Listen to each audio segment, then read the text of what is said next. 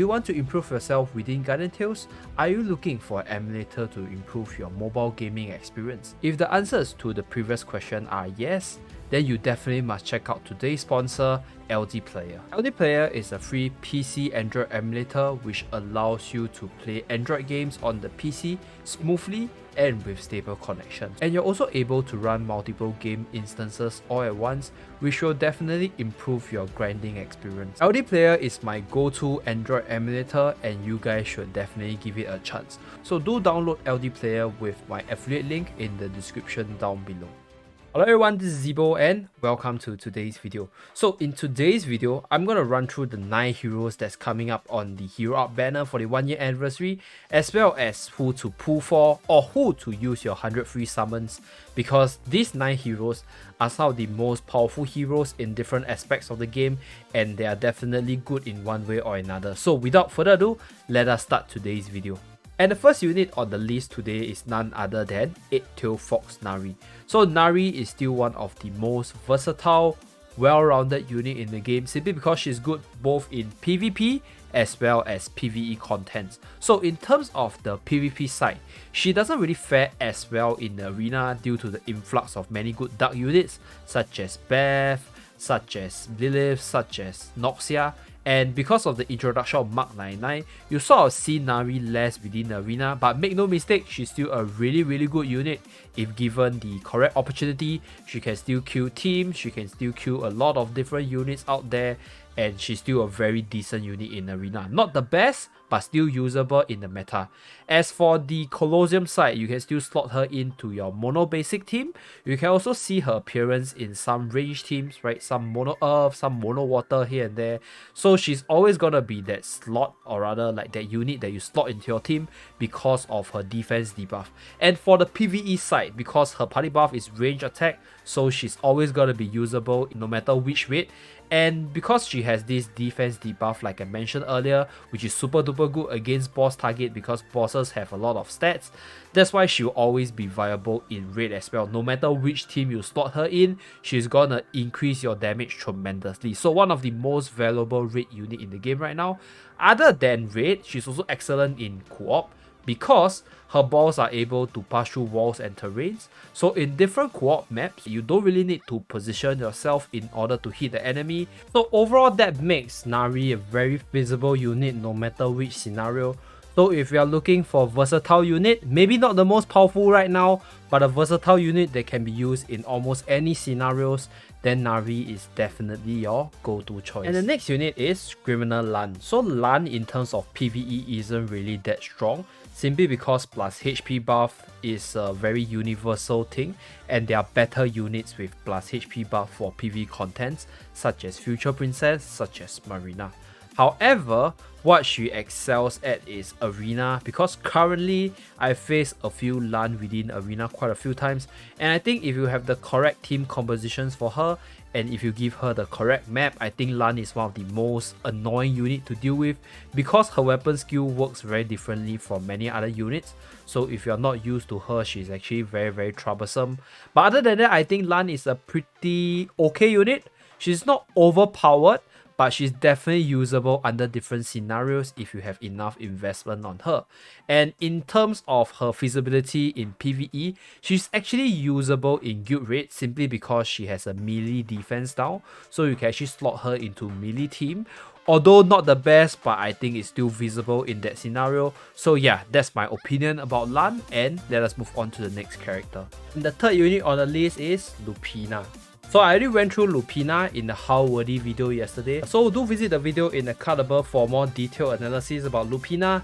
But TLDR, Lupina is an excellent PvE unit. However, she's gonna be very bad for the PvP content such as Colosseum and Arena. Therefore, if you choose to invest in her, you must invest in her with the mentality that you want to focus on PvE contents such as building up your team's raid damage, as well as using her as a room clearance unit with her AoE ability as well as normal attack.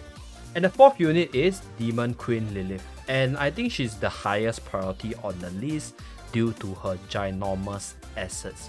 Other than her ginormous assets, she's one of the most versatile, or in fact the most versatile unit on the list for a few simple reasons. Number one, her party buff is melee attack, and there's a lot of unit that benefits from her buff. Secondly, she has a defense debuff as well as a personal attack buff, so she's able to debuff the enemy and she's able to do a lot of damage on her own. And the next thing is she's a ranged attacker that deals melee damage, so you can slot her in melee team and make your melee team really strong because she benefits from melee buff but she attacks from a range. And her weapon skill takes 2 skill to actually crowd control you, which is very easily achieved within Arena. And overall, I think she's one of the highest priority, honestly speaking, in terms of overall versatility, because she's offensive, she's also very good at debuffing, and she also has a slight heal in her chain skill. And the next unit is a very sassy one, because by right, she's a support unit, but she doesn't have any form of supporting in her kit. So Noxia doesn't have a heal, she doesn't have a attack buff, she doesn't have a defense debuff, heck, she doesn't even have a resistant down debuff in her kit. And it's very misleading unit because she's by no means a support unit. She's the ultimate carry within Arena because summoning mechanics is some of the most powerful mechanic against targeted units such as Nari, Future Knight, and even Bari. So she literally can destroy opponents just with her presence alone, and that's the power of Noxia, right? Her weapon skill is also very easy to land, very easy to chain, and deal tons of damage. Other than that, right, she also has very good self-sustain in terms of her special ability, so she's definitely made for Arena.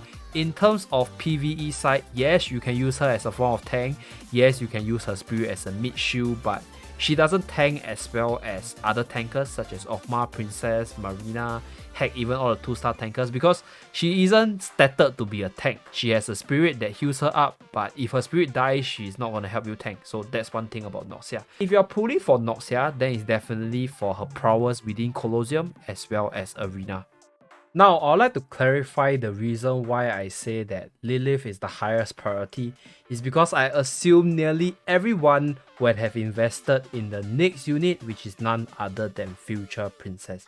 So Future Princess is the most well-known SSS plus God tier unit, right? She's versatile in story mode, she's versatile in tanking, she can heal, she can run, she can chain you in one weapon skill, she does it all. Right, the only thing that she's not good at is guild raid, so that's that, but she's strong everywhere else. And she's one of the most annoying unit to deal with because you literally see her everywhere. So I assume that if you have invested in her, she's not gonna be the highest priority. But if you haven't invested in her yet, then definitely spend your 100 summons to try to get her, because she's gonna carry you very far in story mode if you just begin the game, and she's also gonna carry herself within Arena if you decide to compete competitively. And together with Future Princess, we have another very powerful light unit, which is none other than MK99. So MK99 is the partner or the substitute for Nari, and she does her job pretty well because there's a lot of dark unit, so you can definitely run Mark 99 in your range team to replace for Nari if let's say you're facing way too many dark units. At the same time, if she has enough stats, she can literally man fight anyone, because number one, her snipe, right, when she crits with enough stat, is just gonna bring you down to half HP because it's a lot of damage, right? And her tactical command, right, other than boosting, and her special ability, which is tactical command, other than boosting her damage when you are very far away from her, actually increases her damage reduction when you are very close to her. So let's say if you decide to fight with her in close quarters, close quarters with her, you might not even win the battle because she's a bit more tankier and she deals a lot of damage. So that's the scary part about Mark 99. And yeah, she's definitely a min-max unit. So she's definitely a min-max unit, right? She's a unit that is very powerful if you have her stuff maxed out, but she might appear a bit frail if you don't really have that much resources to fully commit to her. So that's that. In terms of raid, with a range attack buff, I think she's always gonna be viable. Definitely not as high demand as Nari, but still a very good unit to have in nearly any raid team. And the second last unit on the list is Divine Beast Mei-related. And my take about Mei-related is she's a very fun unit to play, right? She runs very fast, she deals a lot of damage, She can outplay your opponent in most situations, so she's very strong as well. Other than that, she also fits very well in Earth teams due to her Earth resist down, as well as her being able to boost her own damage when you pair up with Bari. So if you have a Bari, if you want to build an Earth team, and if you are into very fast alpacas, then Mei-rel is definitely your choice. And the last unit available for your 100 summons in this hero art banner is none other than Grand Admiral Marina. So I already covered Marina quite a few times, but I'm just going to give a TLDR for her. Marina is still an awesome standalone tank, but her buff is relatively selfish, right? Her defense buff is to herself. She doesn't really have a heal, although she has a chain skill shield which benefits your whole team. But yeah, because we don't really have that many tanks, right? We only have Ogma, Future Princess, and Marina as the more better ones. So yes, Marina might not be as good as Princess, but she's definitely worth your pool if you need a decent tank unit within Arena. So there's 9 units on the list, and some of you guys might not even know what to go for even after finishing this pool to pool video. So I've included a priority list on the screen right now for you guys to refer with a bit of explanation. So I'll leave it to you guys to figure out yourself. If you guys are still lost, do leave a comment section below about your doubts and stuff, and I'll try to answer your question if I happen to see the comment. And thank you very much for watching. Do remember to like and subscribe in order to see more videos from this channel, and I'll see you guys again in my next video. Bye guys.